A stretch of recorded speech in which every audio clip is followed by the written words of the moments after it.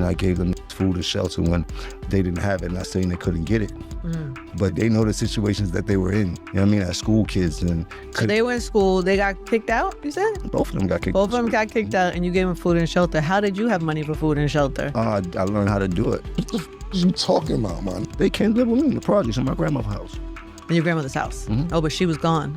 Passed away. So you got the apartment to yourself. They come, but you still got to pay the rent. Yeah, I paid the rent. I paid Who to Love Rent. That was Mase manager. I was a hustler. I always been a hustler. You were in the streets. I know how to make money. Jomo's house.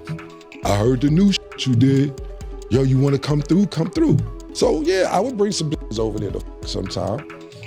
Look. Credit you being successful to Cam.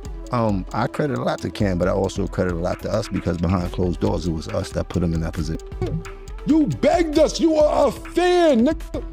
A fan. He was doing music a long time and things like that, but it was a pivotal moment where before he got signed, them 2 years was very crucial to everything that we did together in his journey of becoming who Cam is. Do you remember how we met, nigga? Pause. Not met, how you got cool with us? Basically, you heard our freestyles. Yo, man, I heard the freestyles. Y'all killing shit. There wasn't times where Cam had to do what he had to do to make $1 and things like that. But from the beginning, I always had to make $1 because I always been on my own. Yeah. I've raised my whole family since I was a teenager. I used to hustle and get my mom's money. You heard it.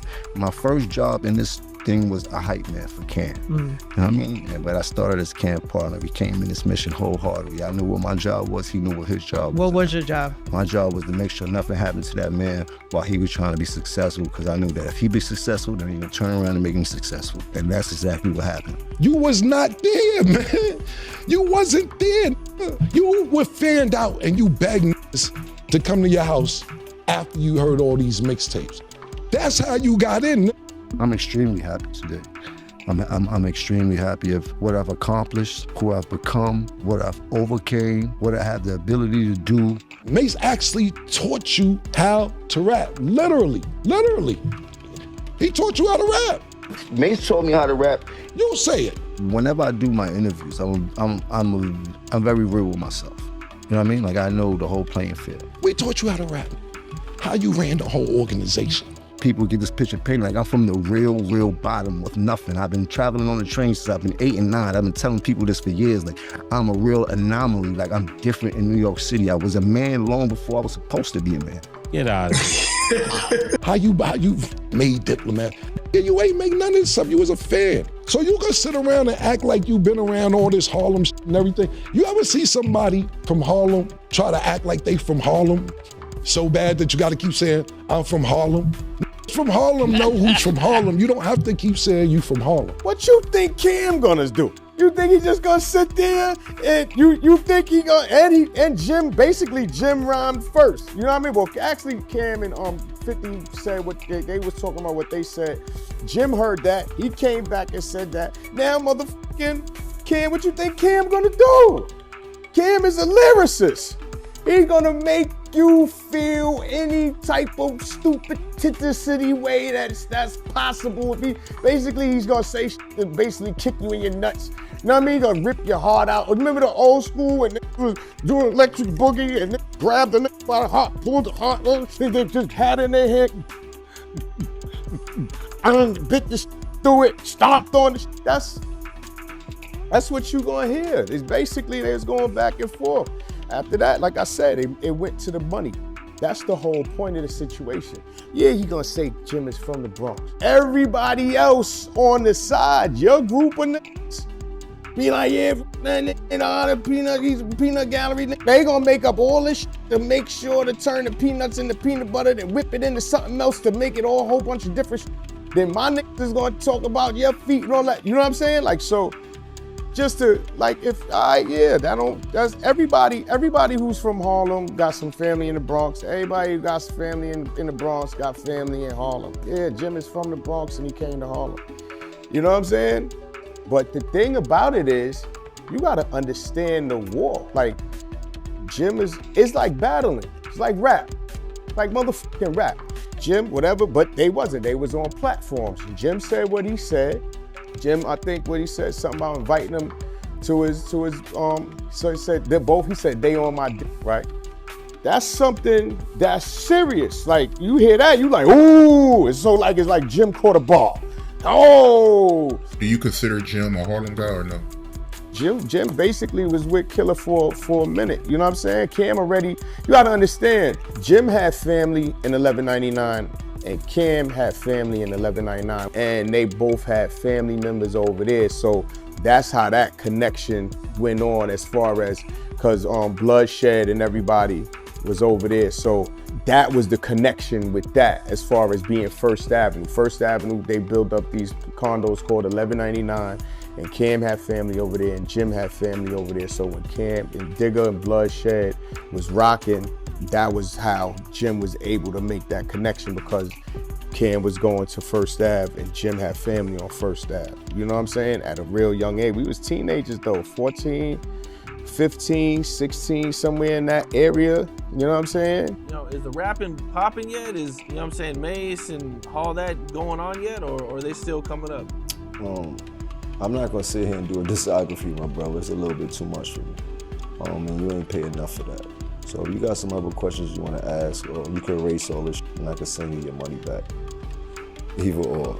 I understand what's going on and the plight of everything that's going on, and people wanna know the history, but this ain't the way that you're not gonna be able to get the whole Jim Jones or Jomo story for that, what you did. I thought this was some regular questions. It seemed like you trying to get everything up to every point, and that's not gonna happen right now. So if you wanna ask some questions, I'm cool with that, but you definitely can't ask me all these questions you're asking, my brother. So if you got some you wanna ask, you better ask and get it off your chest, but I ain't going through this with you because you don't have enough money for that. No disrespect. Okay, I mean, I could do more of a regular interview, but I definitely plan to ask about the Camron drama. Is that stuff okay, or is that not okay? You can ask what you want to ask. You heard? But I'm just telling you that if you think I'm going down the timeline of my life with you, it's not going to happen, my brother. You heard? You're going all the way back to high school. I respect it, and I understand your job as a journalist. But as a journalist, you ain't got enough coin for that. Cam and Jim history go back before me. You understand what I'm saying? When I met Cam and Jim, they were super close. So I honestly don't really know Jim being from the Bronx and all that. You know what I'm saying? When I met them, they was in 5H, which is, you know what I'm saying, Jim's apartment, and that's, you know, like, I guess that time was after all the stuff Cam had said already with the Children of the Corn and Jim, you know, whatever he said. You know what I'm saying? So, like I said, when I got there, Cam and Jim was like this, super tight. Mase wasn't even in the picture. I don't know Mase like that. You know what I'm saying? Every time I seen Mase, it's been a mutual, you know what I'm saying, respect there. So, you know, that's what that's been as far as me and Mase. You know what I'm saying? As far as, yeah, when I met Cam and Jim, they were already Trump tight and locked in. You understand what I'm saying? The Diplomats was already a name they had. You know what I'm saying? I don't sit there and claim I made the Dipset. That's not something I'm doing. You know what I'm saying? I made Dipset though, the two. Yeah, I did that. You know what I'm saying? But now people got these platforms where, you know, they asking people, so it's like a thin line. So then you got Jim, like, it's just like people say you can't respond, even though Jim wasn't attacked, his name was mentioned. You understand what I'm saying? So now it opens the door for Jim to say something back. That's what happens. You know what I'm saying? With these podcasts and shit like that. So it opens the door, and Jim chose to, you know, say why niggas was on his dick. You know what I'm saying? That's how Jim chose to carry it. You know what I'm saying? And then, you know, Cam chose to carry it the way Cam chose to carry it, and you have what you have now. You know what I'm saying? All I can say is Jim and Cam are very competitive. You understand what I'm saying? They've always been competitive, and it got to the point to where, you know, they had to be competitive against each other.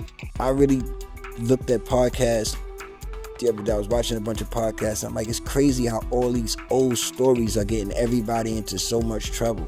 These are just be old stories. Even like all the shit Cam said. All the shit Cam said was something. He said all that on a live he did before. Or pretty much, like he did, you know what I mean? With him and Jim had some words, you know, they weren't on the best of terms years ago. So, you know, it's just new to the new listeners, you know what I'm saying? And the new internet fans and the new people that are on, you know, these podcasts and listening to these podcasts. So, you know, this is just like a double back of something that happened a couple years ago. You know what I'm saying? So I'm just like, did this shit again. You know what I'm saying? Regardless of, like I said, you know, because I have my own issues with, you know what I mean? Behind the scenes, or whatever the case may be. We all probably have our own issues behind the scenes with whoever, but, you know. The wedge that came between Cam and Jim is Jim's success. Cam always looked at him as being a star, Jim being capo. You know what I'm saying? Right. But it's kind of like Sammy the Bull becoming John Gotti. You know what I'm saying?